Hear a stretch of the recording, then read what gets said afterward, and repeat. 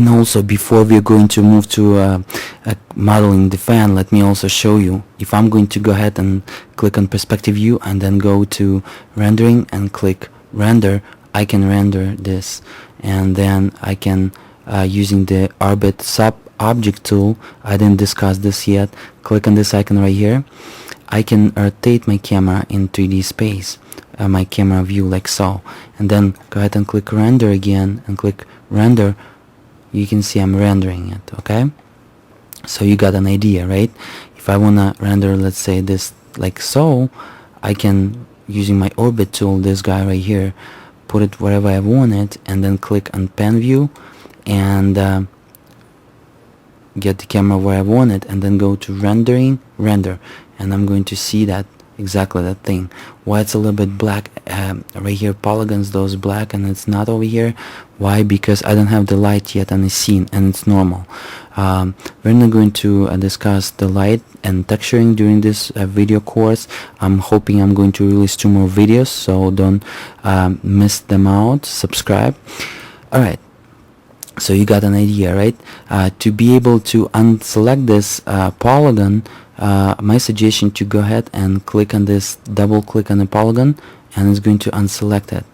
So now you can move the whole object instead of the polygon, okay, because nothing is selected here. So if you want to move the whole object in 3D space, you want to make sure that you have unselected all those properties selections, such as vertex, edge, border, polygon, and element. You want to unselect it, and then you can move freely without no deformation your object in 3D space and place it wherever you want using the move and select tool right here. Okay, I also didn't discuss the rotation tool in 3D space. Right here, using my orbit sub-object tool, I'm rotating the camera but not the object. It's look like it's rotating the object, but object still at same XYZ, but I'm rotating my camera. To rotate the object in 3D space, I'm going to use this icon right here which says select and rotate. I'm going to go ahead and click on select and rotate, and now you can see that coming that kind of funky thing, and now I can rotate my object in 3D space. You can see that this one is changing by Y. I'm rotating by Y over here, and it's changing the coordinates. If I'm going to go ahead -2 something .836, my coordinates for Y axis, if I'm going to go ahead and click 0 and click enter, it's going to position exactly at 0 as we were before. You can also rotate by X axis. You can see over here is changing, and to bring it back, you're selecting this values, putting new values, click enter, it's going to bring it back. And that blue one in perspective is going to be my Z, and you can rotate in Z. So you learn now how to rotate the object in 3D space. You can also the scale object in 3D space, make it bigger or smaller. To do so, or just to do so, you're gonna click on the select and uniform scale tool right here on this icon. When it's selected, you can scale and make it larger, smaller, your object in different ways. Let's say in different, scale your object in a different views. Do not scale your object in perspective, because I'm not suggesting to do so. Let's go to the top view and learn what kind of abilities we have. The big triangle, yellow triangle, if you're gonna put your mouse over it, going to scale the whole object in X, Y, and Z. This this one, the bigger one, that was the smaller one, triangle, and the bigger triangle which will scale only in X and Y in the top view port, which it says in my coordinates. See that? If I wanna scale by X and by Z and Y, I'm going to switch to left viewport, and using the big large triangle like over here, I can do so like so. Okay, you can also select an object, select, let's say it's polygons, and scale the polygons individually like so, and it's also going to change the properties and shapes of the object, 3D object or model. You can call it as model as well. Okay, you can also rotate the single polygons or multiple polygons using the select and rotate tool right here. Click on it, make sure it's selected, and then you can rotate also, changing the shapes of the object. Okay, and you can see it's changing over here the values, coordinates. Okay, so we basically just learn how to use the user interface of 3ds Max and basics, how to use it, how to rotate, how to control the camera, and what is basic 3D actually when you're working with 3ds Max. Let's go ahead and move now to the video where you're going to learn how to model computer fan step by step, as you saw on the picture. Alright, I will see you in a little bit. Alright folks, welcome back. And now what I would like you to do, I would like you to go ahead and, if you follow the tutorial, click on this icon right here, and it's going to say new scene, or click on this big icon and click on new, and it's going to say the scene has been modified. You want to change it, you're going to select no, or you can just close 3D Max and reopen the 3D Max again. It will do the same effect. Okay, now we start from the scratch.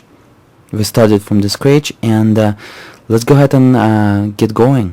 First thing what we're gonna do, we're gonna create the base as we discussed in this video tutorial before. I'm going to go ahead and click on create. My left mouse button, click on it, and then make sure I'm on the geometry. Make sure that standard primitive selected. I'm going to go ahead and click box, and as you already learned watching this tutorial, I'm going to click on my top view port, click on my mouse button, and just scroll it. Scroll my mouse and where I want it, like so, and then create some height like so. Okay, the next thing what I'm gonna do, it doesn't matter which, it shouldn't be perfect. The next thing what I'm going to do, I'm going to go ahead and click on modify, and now I can modify this box. It's going to automatically select it for me. Okay, and let's go ahead and create length 150, width 150. So it's going to be perfect square, because we have perfect square in our perfect square base in our fan, and fan is going to be in the middle. So you got an idea, right? Our fan is going to be in the middle, and the heights is going to, let's go ahead and create height like 25, like so. Okay, the next thing what you want to do, you're going to go ahead and put your mouse over the box over here, right click on it, and you're going to go ahead and convert the box into the editable poly. As you already learned, it will give you ability to modify this primitive. I'm gonna click on it, and here we go. You're gonna see the edges, and it's going to like be textured in a blue color or red or green, whatever is in your case. It doesn't matter if it's going to be different color. If you don't see the edges, as you already learned, what you're gonna do, you're going to click on your perspective view port, right click on the smooth line highlights, and you're going to look for edged faces. You're gonna go ahead and make sure, if you don't see it, it's going to look like this. You want to go ahead and make sure it's selected like so.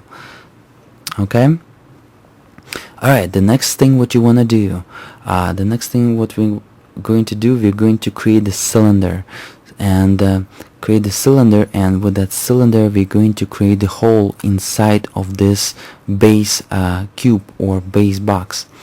Let's go ahead and click on create, and make sure we are at the geometry, make sure the standard primitive selected, and we're going to go ahead and click on cylinder.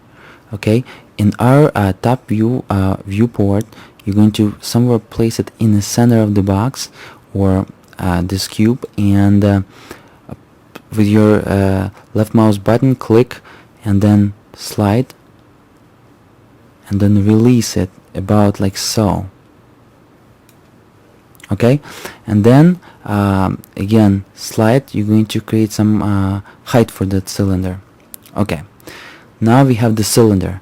Now I would like you to go ahead and click on modify, and we're going to a little bit reshape that cylinder of its property to the way we want it. Let's go ahead and don't worry where it's positioned yet, it doesn't matter. Let's go ahead and hide segments. Let's use the hide segments. We're going to use 2, actually 1. We don't need too much polys, and you're gonna see that we're not going to have those edges over here. Okay, slides, let's go ahead and use slides 128, and you're going to see we're going to have a lot of those edges around it. Means that our cylinder is so perfect. You're not going to see the hard edges on it. Let's go ahead and move our cylinder using the select and move tool. Click on it, and then in our front view we want to click on the front view with our right button so it's selected. Then using the zoom tool, click on the zoom tool. We want a little bit zoom out, and then go back to clicking back to the select and move tool. Now we can position the cylinder in the 3D space where we want it by the y-axis. We're gonna just move it to the top a little bit, like so. Okay, and the next thing what we're gonna do, we're going to use some select and uniform scale tool. Click on it and scale it by y in front view port, by y-axis, like so. Make sure it's bigger than our base box.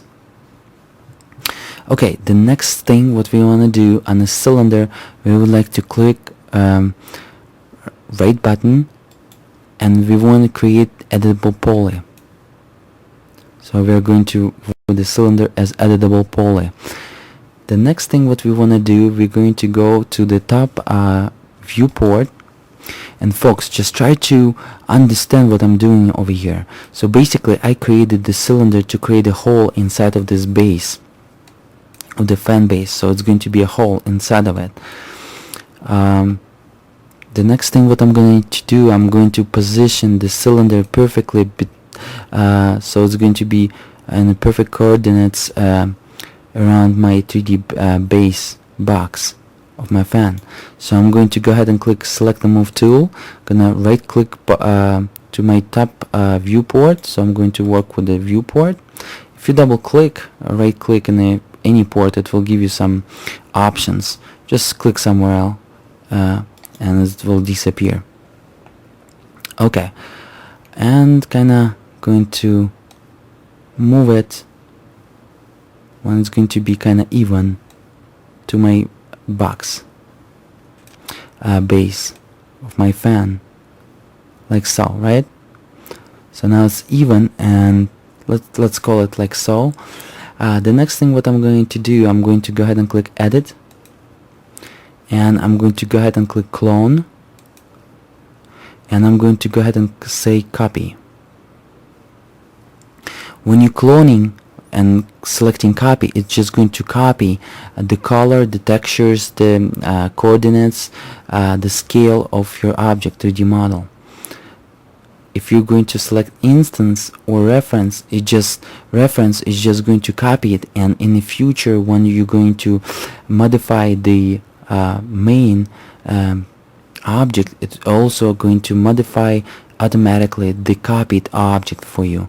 We don't want that, so we're going to go ahead and click copy so we can work with every single clone by itself. It's going to be by itself without no childs.